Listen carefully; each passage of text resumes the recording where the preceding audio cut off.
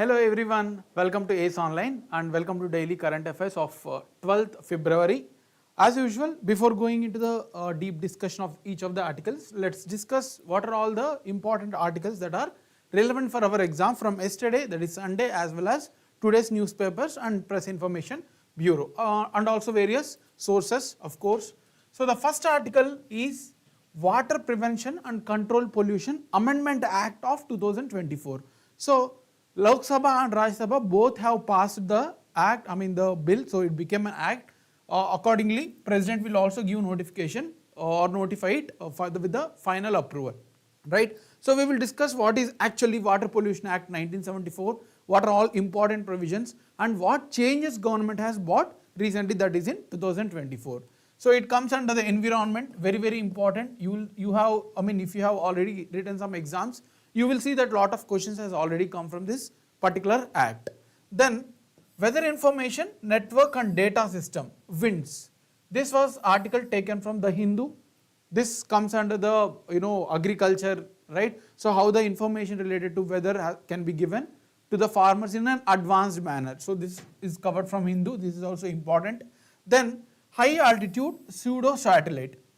This is also part of science and technology, and we can see how this particular concept can replace satellite systems. So rather than directly using the rockets to launch for the satellites, we can directly put this into the space. We will see what actually it is. You will understand in a much better way. This we will see a little bit deep discussion because lot of provisions are important and the context also makes it more important. So recently government has planning to bring ASHA as well as Anganwadi workers under this particular scheme, that is Ayushman Bharat Pradhan Mantri Jan Arogya Yojana, very important scheme. So we will also see what actually is ASHA workers and what are Anganwadi workers, what is the difference between them. This is a very confusing thing that lot of students has come up with. Who are Anganwadi workers, who are ASHA workers, what is their roles and all. We will see the difference and why government want to make it as part. We will also see that. Next, Adi Mahotsav. This is taken from Press Information Bureau of yesterday, right? So being launched by the president. Then lymphatic filariasis, very important as part of diseases under science and technology. Then Maharishi Dayanand Saraswati. So recently our Prime Minister has launched the 200th birth sanitary, the function related to Dayanand Saraswati. Finally, we will see some factual pointers. There are some good factual pointers for today. So there are around 5 to 6 factual pointers which can come for the exam. Finally, we will also see some practice questions. I hope you are ready with the discussion, and if you have any doubts, you can ask here without any hesitation. Okay? Right. Yeah, so if you have any doubts, you can ask here so that I will clear your queries based on your need. Okay? Yes. So the first article for today is Water Prevention and Control of Pollution Amendment Act. Okay? So there is lot of provisions coming every day. So every day, yes, thank you Gautam for the response that you are ready. So every day there are a lot of bills, not every day you can say, a lot of bills kept on you can see in the news. But what are actually the bills that need to be remembered for the exam? See, let me explain what actually is the difference between bill and act. There are two houses in the parliament, that is Lok Sabha, then Rajya Sabha, right? So there are two houses in the parliament and then president. So these three are part of parliament. So if someone is asking you who are all part of parliament, it's Lok Sabha, Rajya Sabha and president as well. President is also part of parliament. Okay, this is very important thing. Now, if government want to bring any such changes in the acts or constitution, they need to bring a bill. Either they can put forward in Lok Sabha or they can put forward in Rajya Sabha unless it is a money bill. So if there is an approval from one house, it has to send to the other house, or if it was introduced in Lok Sabha, then they have to send it to the approval of Rajya Sabha. So both the houses has to pass the bill, then president has to give the assent, then only it will become the act. So there are a lot of bills in the news which hasn't become the acts. those are not that important for the exam. Mostly the questions will not come because bills are tentative acts. So questions may be, the questioners or examiners may not be favorable to ask the questions because there is a possibility that there may be changes in the bill, provisions of the bill. So that's why whenever there is an act, then only it becomes very important. No need of reading all the bill unless until if it is there in use for too much of criticism or too much of issues, right? So mostly try to handle only the acts. So here Water Amendment Act 2024. It was actually passed by both Lok Sabha as well as Rajya Sabha, and President has also given the assent. Okay. Finally, after President notifying or giving approval, it will be notified in the Gazette with the detailed provisions. Okay. So this act was passed, the amendments was already passed by both the houses and President has given the approval. So it becomes very, very important for our exam. So that is the context. So that's why we have taken the news for this today's article.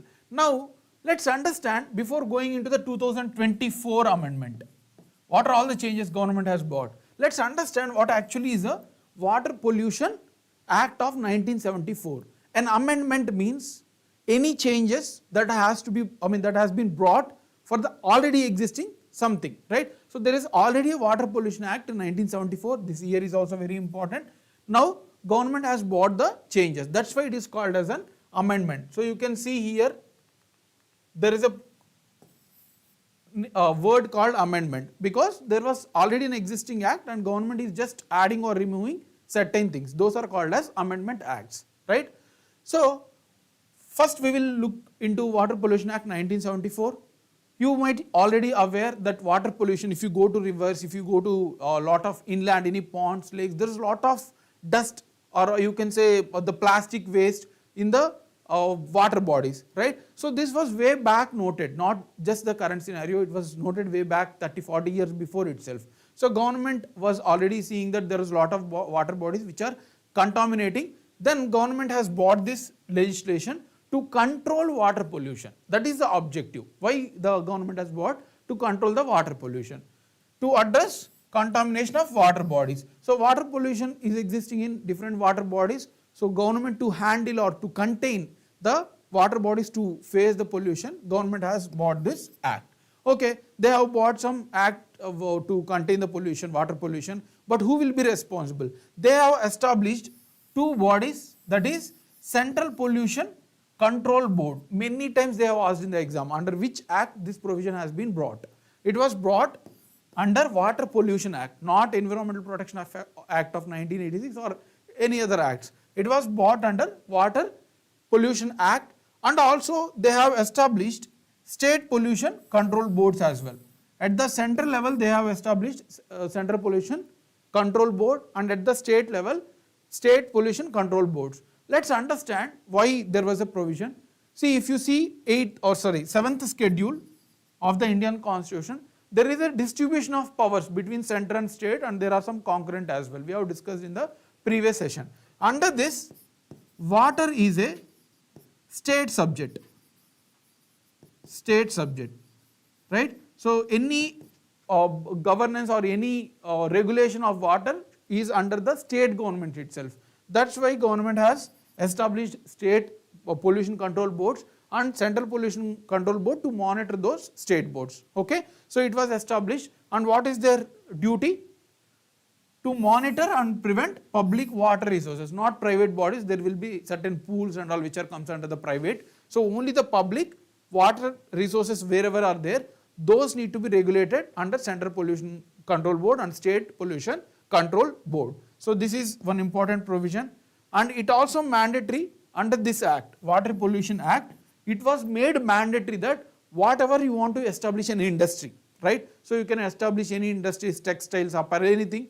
You have to register with this central regulation, State Pollution Control Boards. Every industry which aims to establish some industry there, they have to register with State Pollution Control Board, so that whatever the activities that industry is conducting can be monitored by the state regulation pollution control boards, right? So this is very important provision under the act. And now we are not going to see details of the act. It is like 80-90 pages, no need to worry. Whatever the aspects that are there in use, only that will be sufficient for our exam. So we have seen what actually the act is, who is authority to regulate, and what is the provision to regulate with the industries. Now government has brought certain changes. Okay, we will also see the earlier aspects when we are doing these things, what was actually earlier existing and what now government has bought. Okay, so these are the new changes that central government has bought. In exam they will ask this thing, what is the new changes, or which of the following are the new changes bought by the government. There will be 2-3 statements, right? So it removed the provisions of imprisonment for several violations. Earlier act, Water Pollution Act 1974, there was a lot of punishment, imprisonment, that you will be kept in jail for 6 months, 1 year, 2 years based on the gravity of the incident. Now they have removed all these imprisonments.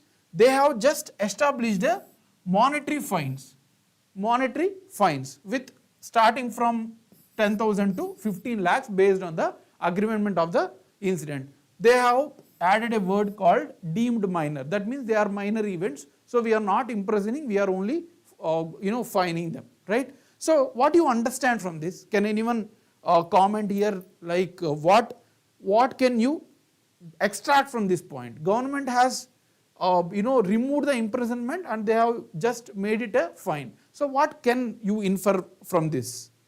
Anyone?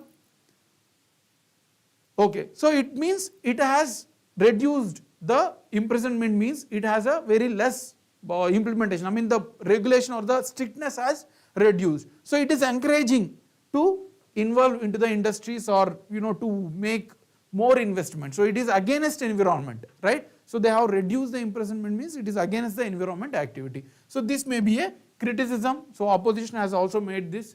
Earlier it was imprisonment, now it was only monetary fines for certain deemed minor things. Okay. Now also one more thing they have added, in consultation with Central Pollution Control Board, it may exempt certain categories of industries or industrial plants for taking consent or permission to establish. Earlier act, what it was there, that every industry has to take permission from State Pollution Control Board.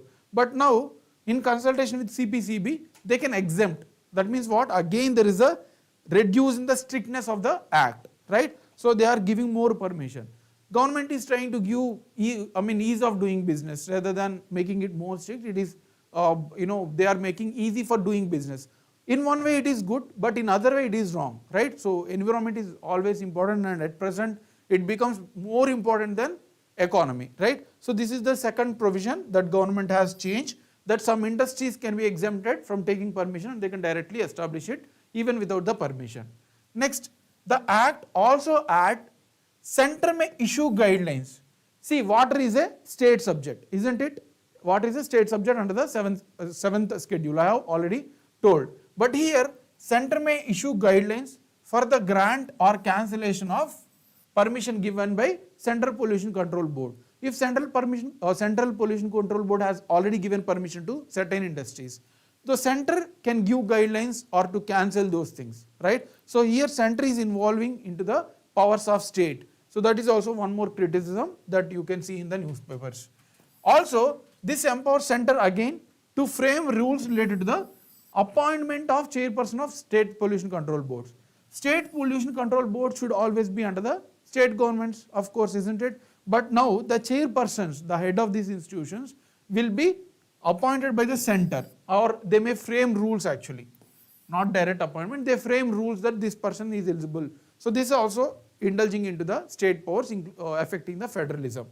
Also, center can frame guidelines that state can follow on matters establishing industries and new operation process. So here the new rules can be framed by the center to process or to give permission to the industries. Here center is indirectly involving, not directly actually. So they can frame guidelines and state should follow them, right? So these are the provisions that the changes has brought in Water Pollution Act of 1974. Very, very important. So we have seen what is the context and what actually is a Water Pollution Control Act of 1974 and what changes. There are few changes that they have reduced the imprisonment, and then center's role in giving permission or giving guidelines has increased in different aspects, right? Yes, reduced punishment, right, you are right. But for what? it is reducing the strictness of a regulation of the industry. So it is encouraging to do business, but in turn environmentally it is affecting, right?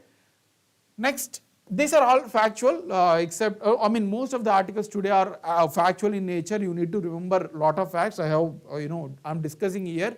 There is very less amount of issue involved here, rather there are more facts. Now there was an article about winds. Full form also you need to remember, right? Winds in the Hindu, weather information network data system. So the name itself is giving some clue. Weather information network and data system. So at one place we are giving the data related to the weather. Okay. So the context is this: Department of Agriculture and Farmers Welfare under Ministry of Agriculture have initiated this winds weather network and data system to generate long-term hyper local weather data. Very, very important. This is not a short-term one. That means within one day, before one day, or for the next 2-3 days. It is a long-term one. Rather than for short span, it is a long-term one. Giving hyper local. Local means giving certain data about the local area. Hyper local means very minute things at the local level. For example, earlier it was only about when the rains will arrive, when there will be more temperature, when there will be heat waves. Now they will also collect very minute data at the local level. What is the available moisture in the soil, what amount of moisture is actually needed, and what type of manure should be used. So everything at a micro level. Hyper local means very minute level details they will give for the farmers. So that is the objective. They will directly ask what is winds related to in the exams. Now let's see few more details about this winds system so that it will be very helpful for your exams to answer. It was launched in 2023 by Ministry of Agriculture, very direct fact. So last year it was already launched. Why government is launching this? That is more important. What is the objective of the scheme or initiative?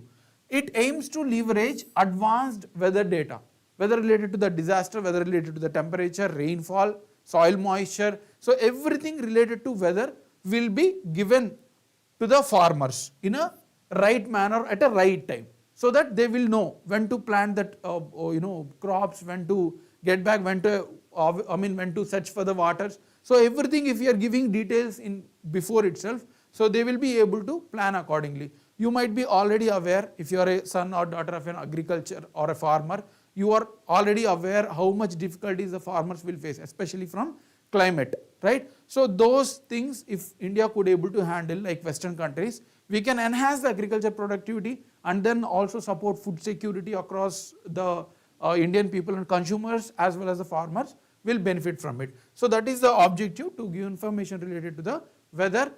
Also, okay, same thing, the data will be available. One more important thing is that they are going to set up, okay, how can they do this with the weather monitoring, or how can they give more information? So they need to have a lot of data collectors there. It can be rain gauges, it can be temperature measures, it can be soil moisture, artificial intelligence. So they are going to expand the observing or the ground stations of approximately 2 lakhs. It was the target kept by the government, that they are going to encourage or increase the ground stations of up to 2 lakhs. So for every small area, there were earlier, for example, if you see, for this whole area, there will be one instrument. So it need to collect data from all this area. Now for this area there is one, and this area there is 2, 3. So we have number of ground stations, so that the accuracy of collection will increase, and then farmer will eventually benefit from the accurate data, so that accordingly he or she can plan it, right? So that is very simple article. You don't need to worry about too much issues and all. I am not discussing. Those are for analysis manner. Here only facts which are related to the objective exams I am discussing here, right? So that is the objective, very simple. What is the full form? Objective, which ministry is involved, how much they have targeted, that's all, right? Any doubts in this? Yeah. Let's move ahead. This is very, very important one to understand, right? I will explain a small atmosphere structure as well. High altitude pseudo satellites. Pseudo means what? Actually they are not satellites. Pseudo science means it is a shadow of science. It is not actually real science. Pseudo means not real, rather imaginary or virtual. Here high altitude means going to the higher level. So altitude means height. From the name itself, if you see most of the articles, from the name itself, you will have a clue. But usually what students do, they don't think about this, the clue in the name, rather they will try to recollect where they have read, and your brain will not capture, rather you will just mark it randomly, right? From the name itself, there is some clue. High altitude, that means higher height. Pseudo satellite means not satellite but similar to satellite, right? Now if you understand that, let's understand the context now. Recently CSIR, National Aerospace Laboratory, has successfully tested, our Indian organization has successfully tested UAV. UAV means drone only, like drone, how you can see lot of drones flying in the sky. So it is like drone only, which is called as UAV, unmanned. Unmanned means without the help of humans. High altitude pseudo satellite at Chilkare, Karnataka. So they have tested this and it was successful. We will see what type of test they have made. There is a higher efficiency, but we could not able to achieve it. It was just a starting stage. We will see what actually this vehicle is, and then we will also discuss about what Indian laboratory has tested as of now. Okay, right. So that is the context that they have tested successfully. Let's understand what are high altitude pseudo satellites. Usually, if you want to observe Earth, right? So Tropic of Cancer, Tropic of Capricorn. So this is here. What we will do? We will launch rockets, right? And then they will rotate around the latitudes and they will observe the information, right? So for any satellite, we need a lot of money, including rocket, lot of expertise and all, right? But now under these vehicles no need of any launch vehicle, rocket, or too much of resources, money, and even without going to the too much of higher levels, it can observe the data related to the Earth, right? So that is the objective. It is nothing but an unmanned aerial vehicle which can increase India's surveillances as well as monitoring capabilities across border areas. For example, we are using lot of satellite systems to monitor our borders, who are coming into it, what type of drones are coming, or is there any movement, or is there any construction of Chinese activities in the northern borders.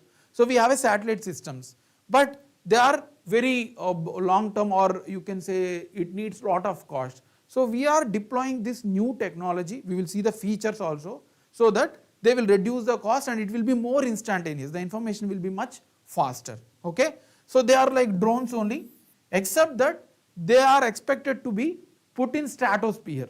Okay, so let's understand this. If you are a geography student, you might be already aware about it. We have an atmosphere over Earth. So we are standing on the Earth, right? So I am standing on Earth.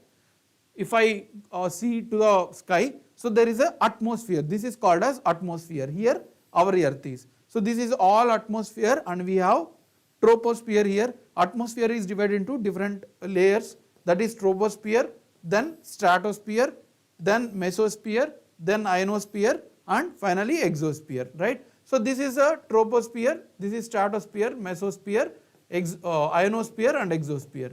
So usually the satellites or the aircrafts usually move at the lower, at the border of stratosphere and troposphere. But this HAPS will travel to the higher stratosphere. They can go much height than normal aircraft, normal airplanes, so that they will observe to the much larger data. For example, the drones can fly to only 1 kilometer, say for example. Their radius to cover will be shorter distance. But if the vehicle is going to the higher level, so its radius or the diameter that they can cover can be increased, right? So these are like drones only, which can go to the higher heights, and then they can observe the Earth and they can instantly give the information, right? So that is the mechanism, and they are powered enough by solar cells. Energy also we no need to power. We no need to give. Usually for satellites you need to give the fuel, right? You will give solid fuel, you will give liquid fuel. Sometimes we can also are providing from natural oxygen, right? So for this it is solar cells. It will absorb solar energy, and they themselves can sustain for a longer period of time, right? So these are the features of high altitude pseudo satellite. It is nothing but a drone which not required for any launch rocket vehicle or something like that. We will also see some important features for our exam. They can fly up to 18 to 20 kilometers height from starting from Earth's surface to the higher levels. They can travel till 18 to 20 kilometers range height from the ground, almost double the heights attained by the commercial aircraft. Usually if you are traveling, if you have already traveled in aeroplane, it will go up to 8 to 10 kilometers or maybe approximately 12 kilometers height. But here they are going much height so that they can collect the more information. It has ability to generate solar power. We have already discussed that you don't need to give any fuel. You don't need to build any tank there to store or give some fuel. It is just solar powered. It remains in air for months. Usually drones, if you are using a drone, it will be very short term. You cannot make them to remain in air for longer time, right? The charging will go. But here they can stay for months and they can observe the earth completely and keep sending the information to the concerned authorities, right? So offering advantages over the satellites. So for satellites, as I said, you need lot of rocket systems, fuel, and then launching mechanism. So lot of things are there. If it is failed, then it involves lot of cost as well. It does not require any rocket, that we have already discussed. The cost is also much lower than that of the satellites. Okay? And what does our test has succeeded? Yes, we have seen the features of this HAPS, but what our test? It has 5-meter long system. So total the length is 5-meter long and the wingspan is much higher. So here if you see, this is the length and this is the wingspan, right? So it is much more. So 11 meters, it was 5 meters. They have constructed with the length of 5 meters and the wingspan of 11 meters and the weight is 23 kg. You need to remember this all data. They will ask in the exam. They will change, slightly modify the statements and they will give. The weight is only 2 kilometers and it has rose up to 3 kilometers only. So what is the maximum strength? We have seen 18 to 20 kilometers they can fly. But Indian government or the NAL, you can say, it was tested only for 3 kilometers. In future they are going to increase the height. It stayed for 8 hours. It can stay for more, like we have seen that they can stay for months. But this test was only for 8 hours, very important. So this is the beginning of such test. Across the world, USA have more higher technology. We are trying to increase, but yes, at least with the basic features we were able to succeed, right? So they can ask this in the exam. Any doubts in this? Okay, we will move ahead. This article is very, very important and we will be discussing this very exhaustively, covering all the dimensions, very, very important for exam point of view. You might have already seen some questions if you have written the competitive exams. So this is the scheme, Ayushman Bharat Pradhan Mantri Jan Arogya Yojana. This was launched way back in 2018. Now the context is the ASHA workers as well as Anganwadi workers, both the communities were added into Pradhan Mantri Jan Arogya Yojana. They will get the free health facilities. Government is trying to make it as fast as possible before the election code. That's why it is there in news from Press Information Bureau. Now, first what we will do, we will understand what actually is Ayushman Bharat, what is the provisions, what health benefits one will get, who are all eligible. Then we will see which authority is established or taking care of this scheme. We will also see details about it. And also we will see who are ASHA workers and Anganwadi workers. What is the difference between them? It is very confusing that both are same role, something like that. They have actually a different role. We will see that as well. Okay, right. First we will see about the Ayushman Bharat Pradhan Mantri Jan Arogya Yojana. If you can consider, you can just visualize certain thing. Whenever you are facing certain issue, even if you are surrounding neighbors or your friends, it is always that we will spend from our out of pocket. According to the data, if 100 rupees is necessary for treatment of health in general, 64%, that is 64 pies or 64 rupees if it is a percentage of 100 rupees, 64% is we are spending from out of pocket expenses. That means our money are being spent from our pockets we are spent to health, and rest of 36% coming from government. Only government support is only 36%, and from our side we are spending 64. And if you go to Western countries like Germany and all, 95% of money for health, any health issue, the government will directly pay you. You no need to take care of anything until unless there is some emergency. All the things will be taken care by the government itself. And see, we are spending 64% from out of pocket expenses, and European countries, people, they are just spending 4 to 5% of their money, rest of taken care by the government, right? So that is the objective of the scheme, that whoever are poor, the government will take care of any of your health issues, okay? So that is the objective of the scheme. It is being implemented in with the two objectives.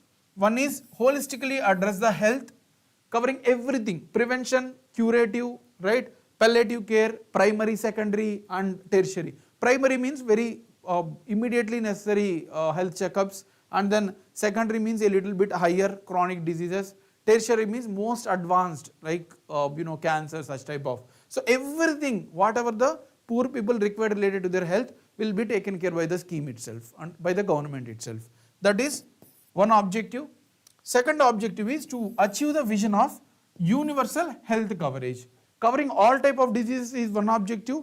Second is universal health care, reaching to the almost all individuals in the country, right? So two objectives, to reach all levels of diseases and then to everyone. So those are the two objectives that government has set under the Pradhan Mantri Jan Arogya Yojana. Very important, these two objectives.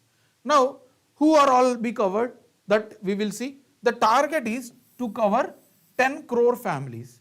Generally, one family includes 5 people. Now, if you see southern part of India, there are only 3 and a half, 4, but on an average throughout India, the average family size is 5. Okay, so they aim to cover 10 crore families. Very, very important fact. Don't confuse. 10 crore families, that means approximately 50 crore individuals they want to cover. And the data, who will be covered, who are poor, which are all the sections to be covered, is collected from socio-economic caste census, not census 2011. This is conducted by Ministry of Rural Development. So this data was not revealed yet. Okay, this is actually a caste census. It was not revealed. This data was kept within the government itself. They haven't revealed it. This data, whoever are eligible, which type of castes are backward, which individuals are backward, everything will be under the government. So government will try to cover those 10 crore family based on the data collected from Ministry of Rural under Socio-Economic Caste Census. Okay, so it also aimed to offer medical coverage of 5 lakh rupees per family. Don't confuse here. For every year, 5 lakhs will be given to the one single family, and like 10 crore family. So you can assume 5 lakhs multiplied by 10 crores. This is the amount that government has kept for the target, right? The total. So you can say 3, here 3, 4, 7, 8 and 5, right? So 5 into 10 power 13 crores amount, or sorry, not crores, the total amount itself is this. So you no need to worry about this. Just once I confused between these two things when I was attempting one exam, so that's why I am stressing here. 5 lakh per family, government will take care, whatever the necessity in that particular year needed. And coverage is for 10 crore families. That's what I want to tell. Don't confuse between these two numbers. And eligibility, who will cover? People belong to scheduled castes and scheduled tribes. Also, there should be no earning member of above 16 years age in the family. So no individual should be a working whose age is 16 years above, because it means that if there is such person, that means the person can support his or her family, right? So that's why they are not eligible. Then having income less than 2.5 lakh crore, even if they are from general category or OBC category, if the income of that particular individuals are less, or the family is less than 2.5 lakh, then government will support them. Okay, and the beneficiary should be listed as PMJAY beneficiary list. There is a separate list maintained by the government. So they should become part of that particular list. And there is no restriction. So these are all people who are eligible, who are poor, who are from certain sections. There will not be any restriction of family size. It can be 5, it can be 6, it can be 8, whatever your family, whatever your age of your family person, whatever the gender, not a matter. We will cover everything, but it will cover for 5 lakhs and up to 10 crore families, but you should satisfy these conditions, okay? And the pre-existing conditions are covered from day one. So all pre-existing, if there is any pre-existing conditions, that means even if you are facing disease much earlier, so all this will be covered under the scheme. And there are 2 components under the scheme, very important. Any doubts? I hope you are following it. Yes. So there are 2 components. We have discussed the objectives. Though don't confuse with these objectives with the components. Component means how government is implementing. So there are 2 components in total.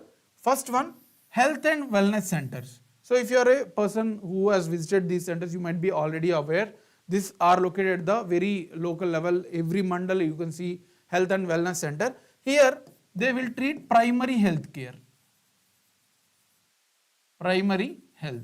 So first component is to resolve the primary health care, to take care of primary health care, right? Including for non-communicable diseases, whatever the diseases. So communicable means which can pass from one person to other person, like COVID. Non-communicable means like diabetes, heart attacks, which cannot be passed from one person to other person. So all the diseases, whether communicable or non-communicable, all the primary diseases will be taken care by the health and wellness centers at your local mandal level. This is the first component. And the second component is actually the Pradhan Mantri Jan Arogya Yojana. Ayushman Bharat is a broader one, okay, covering everything, component 1 as well as component 2. This is the second component. It will cover secondary and tertiary. Remember this point, whenever they are asking Pradhan Mantri Jan Arogya Yojana, it covers only secondary and tertiary health. But if they are telling Ayushman Bharat, then primary health as well. This is the critical one. Ayushman Bharat, if they are asking primary, secondary, tertiary. But if they are asking only Pradhan Mantri Jan Arogya Yojana, it covers only secondary and tertiary hospitalization. Okay. Now it was included as a broader term, Ayushman Bharat. They will mostly ask as Ayushman Bharat only. So it cover up to 3 days of pre-hospitalization. That means before joining hospital, you might be in home. For example, a fever was attacked. So you will stay for 2-3 days in home. Then if it is getting more severe, then only you will go to the hospital. So whatever the cost that you are occurring since last 3 days, along with 15 days post hospitalization. So after joining into the hospital for 15 days, whatever the expenses, all these will be covered by the government under Ayushman Bharat. Beneficiaries of the scheme are portable across the country. That means from one hospital to other hospital. If you are from a person in Telangana, can go to Rajasthan and you can avail those benefits as well. There is no such restriction that you need to take care in your state only, right? So funding, centrally sponsored scheme, I have already told 60:40 ratio. That means central government will give 60% and rest of 40% has to be given by the states. Implementing agency, National Health Authority. This was asked in the exam when I was writing one of exams at the central level. So there was a question, which authority? They have changed with different names like agency and all. So this is the authority which is taking care of Ayushman Bharat. National Health Authority. Now we will see about National Health Authority. I hope you are following. A little bit more discussion is needed because I am covering everything. National Health Authority, you need to know about ASHA workers, you need to know about Anganwadi workers, what is the difference. So it is very important to know this particular scheme in detail. Let's know about National Health Authority, NHA. It is a successor of National Health Agency. Don't confuse that we don't have National Health Agency now. It was dismantled and it was converted to National Health Authority. Okay. So functioning as a society under 2018. So earlier it was launched National Health Agency and it was a registered society. But now we have dismantled it and then we have launched National Health Authority. This has replaced this National Health Agency, right? So it was established on January 2019. So it came into picture. For 1 year it was taking care, National Health Agency. Immediately after that, from 2019, National Health Authority has taken care, right? So it is a successor that you need to remember. It is an attached office of Ministry of Health and Family Welfare. Whenever there is a term called as attached office, that means it has proper autonomy. Okay, there won't be any government influence. Even though it is under the ministry, it has sufficient authority. For example, in 2018 UPSC prelims, they have asked about the FICCI, right? Sorry, FSSAI, not FICCI, Food Safety Authority of India. They have given it as an statutory body under the Ministry of Affairs, something like that. But it is an autonomous office, it is an attached office which is having a sufficient autonomy. It is an attached office with proper autonomy. There won't be any government influence under the body, right? So it is governed by, the governing means who are all should be the members, how it should work. It is taken care by a council or board with chairperson of Union Ministry for Family Welfare. So understand this, there is already a National Health Authority. It should be working, right? It should have certain members, it should be worked. Who will give the directions to this? A board with the Ministry of Health as a chairman. So this is the board which will give directions to this. But under this, again there should be one chairperson.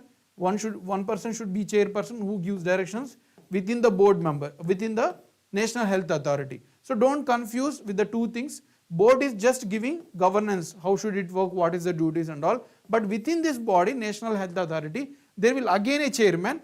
He is headed by Chief Executive Officer of the rank of Secretary to the government. So it's like an IAS officer, senior IAS officer will head this National Health Authority. Okay, so they are not, this body is not heading by the Ministry of Health, only the board which give directions to this particular authority is headed by the ministry, right? Don't confuse with this, that's how the statements will be confused and you will be trapped in the exam.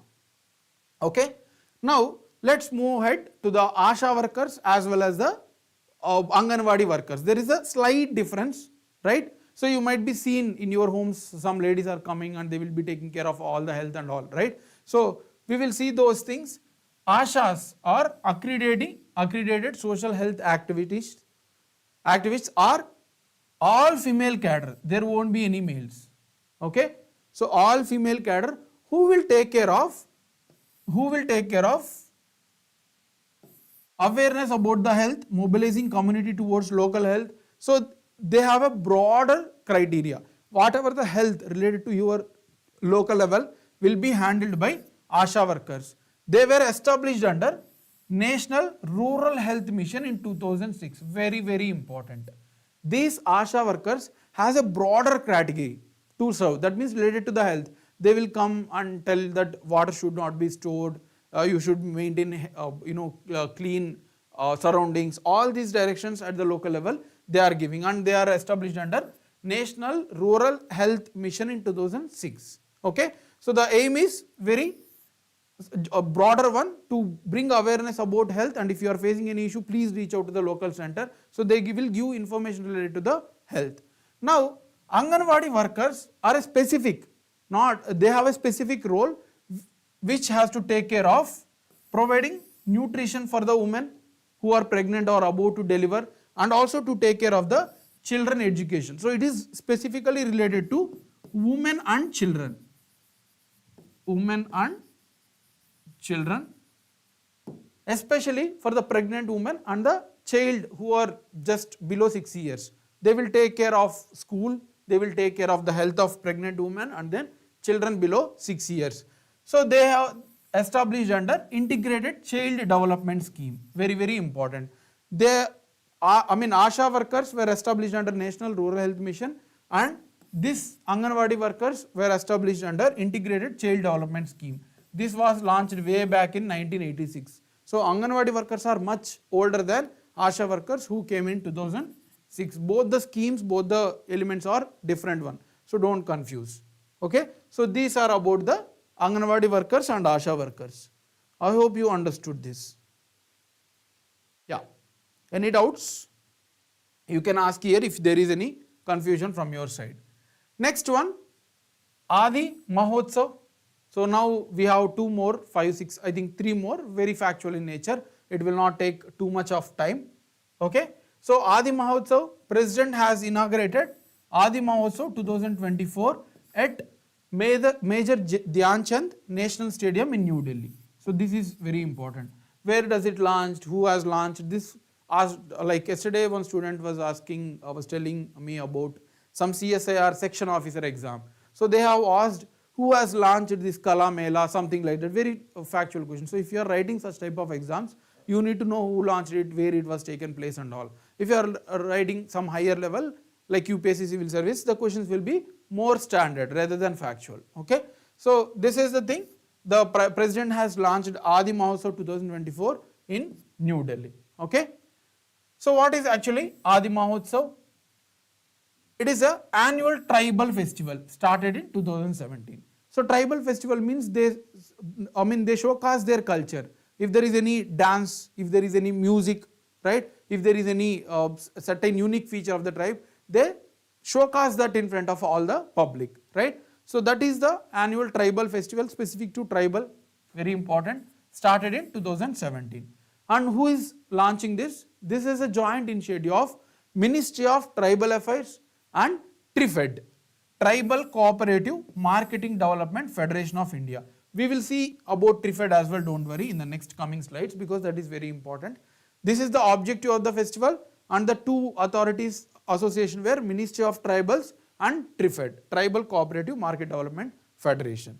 And the aim is to familiarize people with the rich and diverse craft of tribes. So tribes have different cultural in terms of music, dance, crafts. So if you go to any tribal area, you will see a lot of locally made crafts. So this they want to bring towards the public. So everyone has to know, so that the tribal livelihood also will be developed. That is the objective. Now let's see about TRIFED, Tribal Cooperative Market Development Federation of India. So you all know, as I just said, that there is a lot of crafts, lot of products that tribals develop in the local level, but they don't have markets, right? They don't know to whom they want to send or sell to get money and all. So that's why government has established, Ministry of Tribal Affairs has established TRIFED, a separate organization. So whatever the tribes across India, we have more than 600 tribes and 75 particular vulnerable tribes, whatever the products that they are developing will be brought to the market by the TRIFED. This organization is specifically launched for that, to marketize the tribal products. Okay. So it is a national organization under Ministry of Tribals.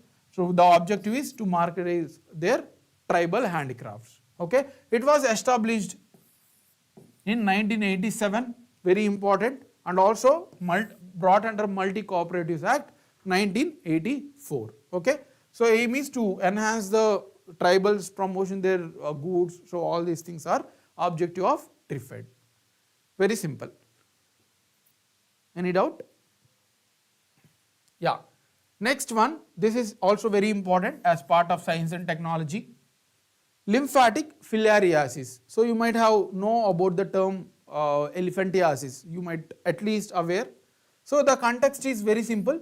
Union Health Ministry has started nationwide mass drug administration for lymphatic filariasis. This was taken from Press Information Bureau, that no other newspaper has covered this, very important. So the government has started, the Ministry of Health Affairs has started mass drug administration to eliminate lymphatic filariasis. We have kept the target of 2027 to eliminate it.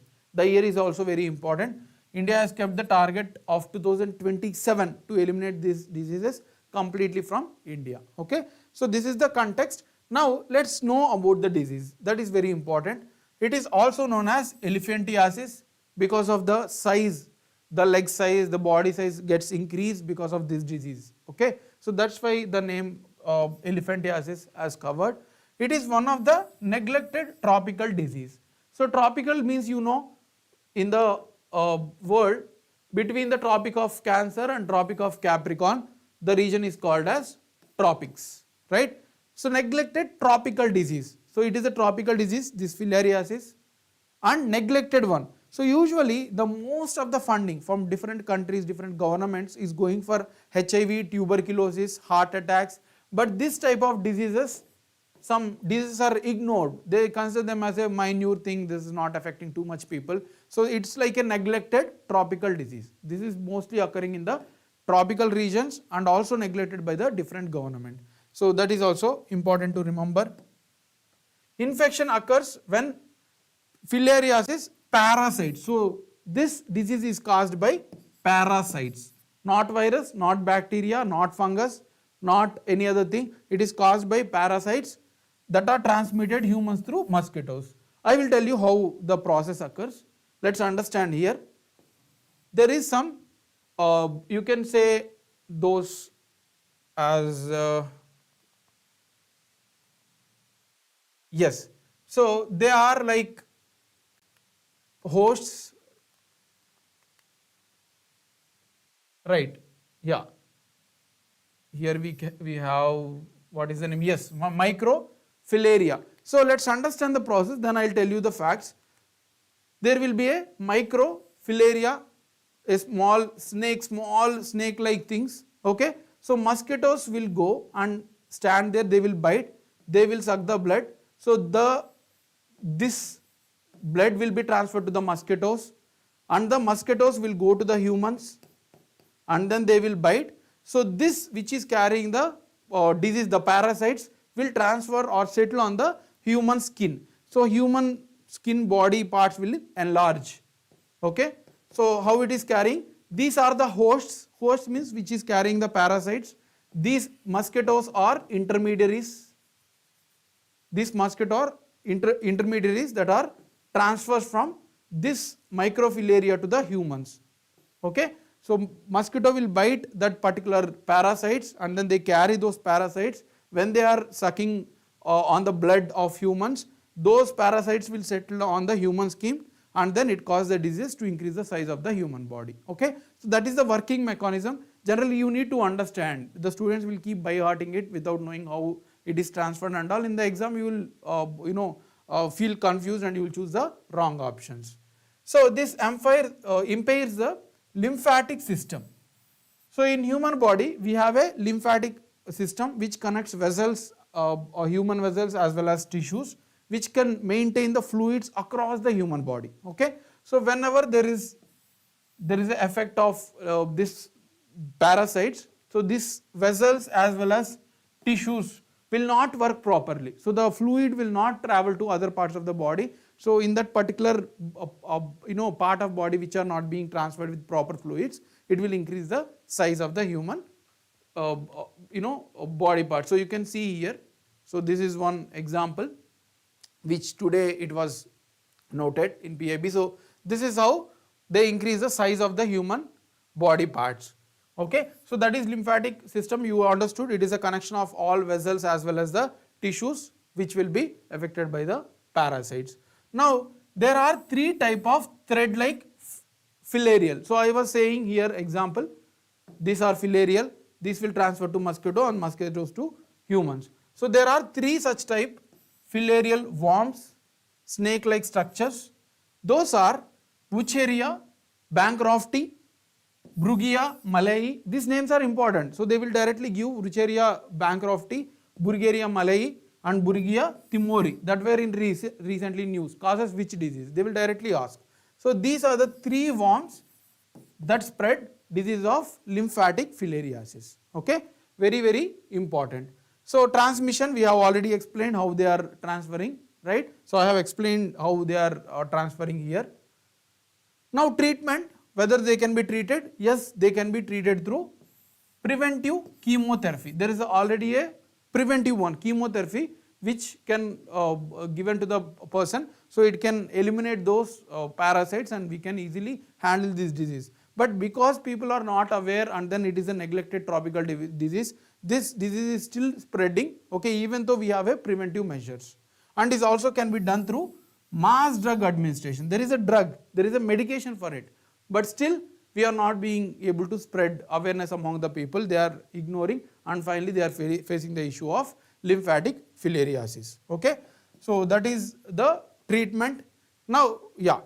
So that is about the treatment. So we have seen what actually is the context, and then what is lymphatic filariasis, how it connects, which type of bacteria are involved, and what actually is the transmission. Finally, treatment as well. Okay. So very important disease we have covered. This is really, you can see in lot of exams. Okay. Right. Last one, Maharshi Dayanand Saraswati.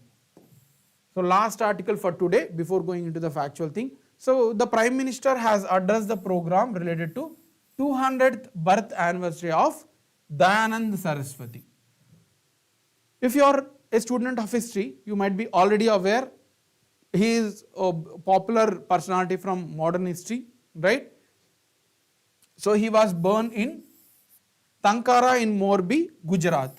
From this place itself, the Prime Minister has started the program. So this place is also important to remember. He born in Tankara in Morbi, Gujarat.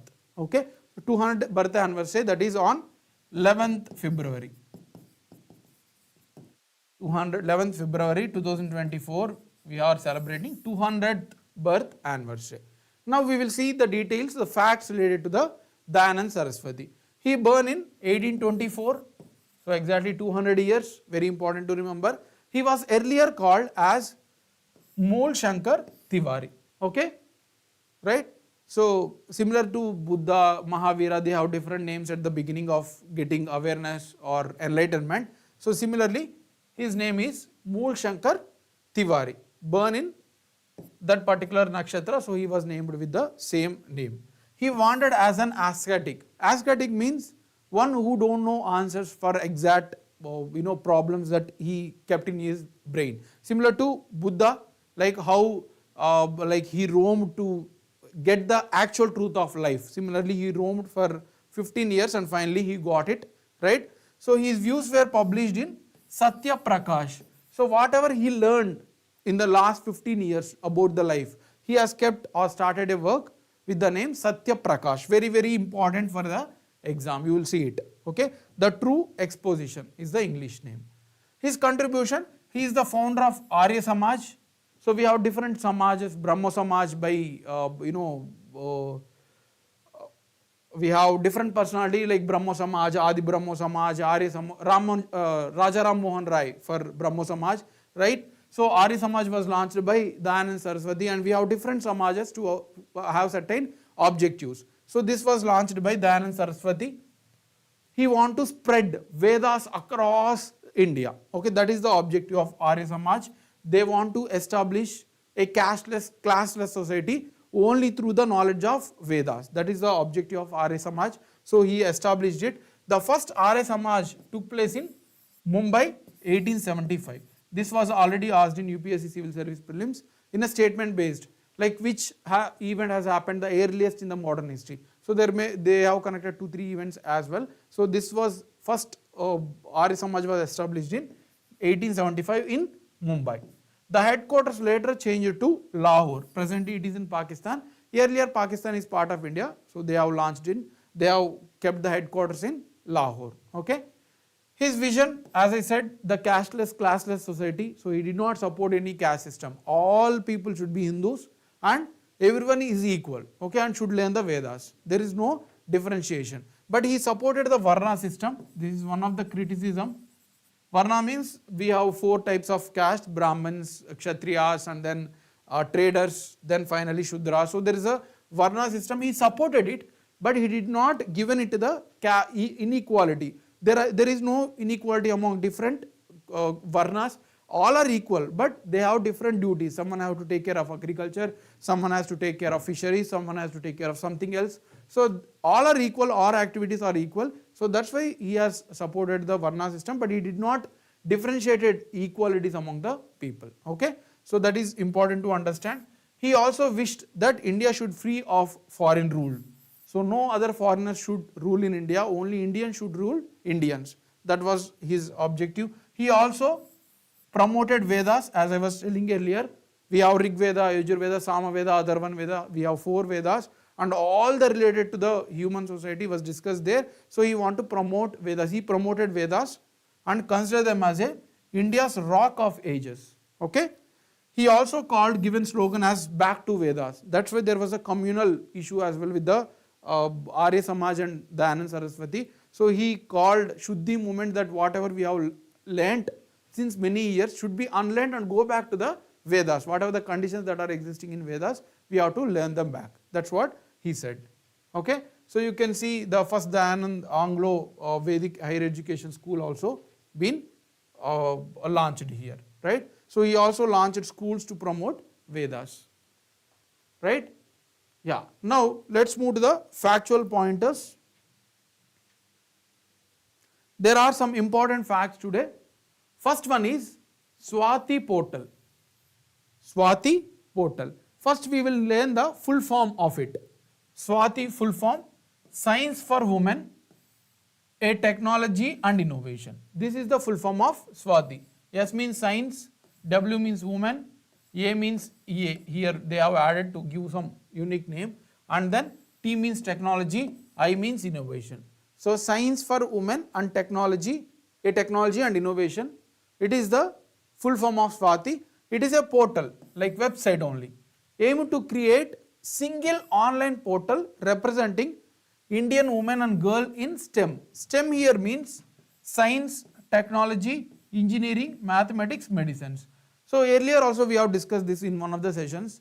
In India, generally these are considered as higher level of education. Science, technology, engineering and other courses like arts, all those are considered as a inferior generally. Okay. So I am not discriminating anything, but generally these are considered as a higher research possibility elements. So here the role, the amount or the percentage of women who are participating in these fields are actually less in number, okay, according to the statistics. So government want to encourage them to participate in science and technology, in engineering, mathematics, medicine, rather than going into the general subjects like arts, right? So that is the aim. They will keep all the data of women who are involved in this in a single portal, so that it will encourage to the other women to take care the education in this particular field, okay. So the launch was coincided with International Day for Women and Girls in Science. So yesterday, February 11th, was International Day of Women and Girls in Science. So on the same day itself, the STEM portal was launched. Okay, you can remember this one as well.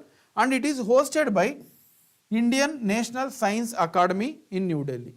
It was hosted by this International Day for Women and Girls of this year was hosted by Indian National Science Academy. And this Swati portal is generated by National Institute for Plant Genome Research. This is also important to remember. They have developed and launched the portal. Okay. So this portal was launched by NIPJER, and then the day was celebrated by Indian National Science Academy. Don't confuse, combine these two things. Okay. Next article, Dakshin Bharat Sanskriti Kendra in Hyderabad. So Ministry of Culture through Sangeet Natak Academy has established or going to establish Dakshin Bharat, South Indian Sanskrit Kendra, to promote the culture in the southern part of India. Very simple. So in which city they have launched will be very important. They are also launching Bharata Kala Mandapam. Very important to remember. So if you are a student from Telugu states like Hyderabad or Telangana or Andhra Pradesh, you might be aware about Ghantasala. He is one of the oldest and the most popular musicians. So for this person, government is launching to promote the music Bharata Kala Mandapam in Dakshin Bharat Sanskrit Kendra. First they will establish, under that they are going to establish Bharata Kala Mandapam. Okay. So this is very important. Where? Madhapur, Hyderabad. So already CCRT organization is there, so they are going to establish here. These are the facts. Next, National Creators Award. Government for the first time has established, this is the first edition, inaugural edition. Okay, National Creators Award was first established in 2024, this year, very, very important. Okay, so they have established, why? To celebrate India's digital creators. So at digital you will, in the last 3-4 years, especially after COVID, there was a lot of good content, there was a lot of messages, there was some diagrams. Digitally we have created a lot of content. Whoever has contributed in terms of economical thing of those digital manner, they are going to give the awards. There are more than 20 plus categories, starting from physics, you can take culture, you can take chemistry. So whatever the digital elements are there, almost all 20 categories are covered under it. So it will be hosted by or given by My Government. So there is already a My Government platform where youth can directly interact with the government and give suggestions. So that is MyGov. So through this MyGov, they are going to give the awards. Next, New Delhi World Book Fair. So this is the not new actually, 52nd I guess, 54, okay, sorry, 54 edition. Union Ministry of Education and then Skill Development, Dharmendra Pradhan has launched New Delhi World Book Fair at Bharat Mandapa, okay, New Delhi. It is hosted by National Book Trust and India Trade Promotion Organization. Theme, Multilingual India, a living tradition. These are all facts, nothing to explain as a thematic manner. So they are factual in nature. It is happening in New Delhi and it is organized by National Book Trust, and the theme is Multilingual India, a living tradition, and the guest of honor of this year edition is Saudi Arabia. Okay, so just to promote the book fair in New Delhi. Next, precision approach, last article for today. So this is the last article for last fact for today. Okay, we will solve MCQs. Precision approach radar and UHDS. So full form you can see precision approach radar, integrated underwater harbor defense and surveillance system. The name itself, no need to confuse about anything. So I will just tell you the objective, you just remember that will be sufficient. So our Chief of Naval Staff, Admiral Hari Kumar, this is also important if you are writing defense exams or lower level of exams. He has inaugurated two new things, precision approach radar and then integrated underwater harbor defense and surveillance systems. Okay, so precision approach radar aims to enable high vertical and horizontal guidance of aircraft. So aircrafts, usually there is a lot of failure in aircrafts. They are clashing with the land or in the high altitude regions. So this technology will tell the aircraft to exactly launch at correct place with the proper tilt, everything they will be taking care. So that is the objective. And this IUDS, integrated underwater harbor defense and surveillance system. So this will identify and tracking underwater targets. There will be torpedoes, there will be submarines. So all these things will be handled by this system with the technology. So this is for aircraft proper launching, and then this is for underwater surveillances. That's all. Okay. Now we will see the practice questions. Okay, I hope you are ready to answer this. We have discussed exhaustively. Let's take the first question.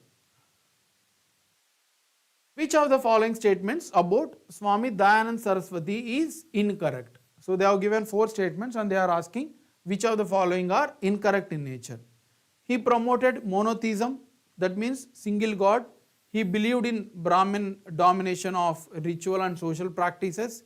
He started Suddhi movement. He was against child marriage. So they are asking which of the following are incorrect.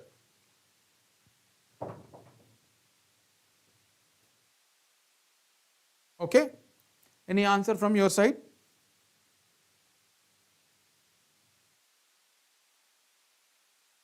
One B, Gautam, yes, very good. So very logically you can see monotheism means single God, so that is a positive element. And then he started Suddhi movement, yes, to bring back Vedas. He was against child marriage, yes, he is against child marriage, and he was like, the age of marriage should be 25 for male and then 21 for female. So in such a years itself he thought of that. So this is actually the negative statement, so you can easily answer this. Yes, one is B, both of you are correct, very good, Malini and Gautam. Next question, which of the following statements regarding Ayushman Bharat Pradhan Mantri Jan Arogya Yojana are correct? They have given 3 statements, we have discussed very exhaustively. So 3 statements are given and you need to answer them. It is the world's largest health insurance scheme that intends to minimize the out of pocket expenditure of the targeted beneficiaries. Targeted means not for all but only specific targeted beneficiaries. Yes, that is correct, right? Not for everyone, only poor people. It provides health cover of 10 lakh per family per year for secondary and tertiary care hospitalization. That is the second statement. It provides for 3,000 rupees for all the pregnant women in each of the 3 trimesters. Okay. So this is a little bit critical question. I can wait how many students can answer this. Okay.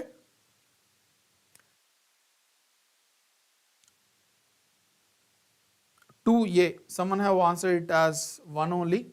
Let's see. Okay. So first statement is correct. Yes. So this is eliminated. Second statement, it provides health care of 10 lakh per family. No, actually it is 5 lakh per family. 5 lakh per family and covering 10 lakh families. Okay, I have told you to not confuse. 5 lakh crore per family and covering 10 lakh families. Okay, so second statement is wrong. It provides 3,000 rupees for all pregnant women. No, no such provision as we have discussed, or nothing has been added. So answer is actually A.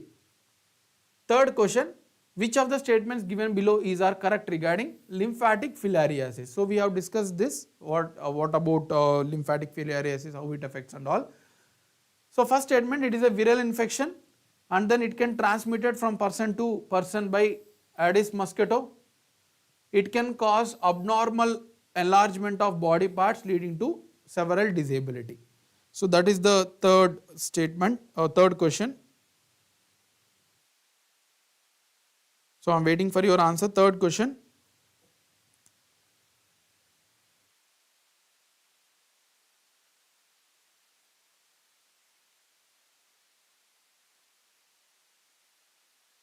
No answer from your side. Okay, let me go ahead with the discussion. So it is not actually a viral infection. It is caused by parasites. Parasites. Okay. So first statement is wrong. You can eliminate 2 options. 3. Someone have answered it as B and C. Let me check who have answered C. What is the correct? It can be transmitted from person to person by Aedes mosquito. Yes, they can transfer from one person to one person. They can carry the infection of one person, suck those things, and they can transfer to the other person. So second statement is correct. And then it can cause abnormal enlargement. Yes, that is correct. So answer is C. Okay. Next question. Which of the following organizations is associated with the celebration of Adi Mahotsav? So Adi Mahotsav is being celebrated by which of the following organization? This is very direct question. I am waiting for your answer. Okay. First they have given Niti Aayog, Ministry of Environmental Affairs, TRIFED, and then Tribal Research and Training Institute. Okay. So it is not Niti Aayog, not Environmental Affairs. So here there may be a confusion, Tribal Research and Training Institute or TRIFED. So yes, it is TRIFED. We have discussed it, Tribal Cooperative Society, right? The last one, National Creators Award, recently initiated by government, is related to. So we have discussed in a factual manner, National Creators Award, encouraging research in new and emerging technologies, contribution in the field of content making for school education, celebrate India's digital creator economy, recognizing the participation of youth in sports. It can cause person to person, Malini, if the infected mosquito is already carrying that filariasis, so they can suck the blood and they can also transfer this to the other person. So those files can also, settle in the other person and it can transmit the disease as well, right? Parasite to human as well as human to human also can be caused, okay, from mosquitoes. It is not through air, but only when the mosquitoes suck the blood of the infected person, from that person to the other person also can be carried. We did not discuss this, that's why I have added to see if you people are thinking it is logically possible, right? If someone is already carrying that parasites, they can, these mosquitoes can suck the blood and they can transfer to the other person. Those parasites will also go into the other person's blood. Okay.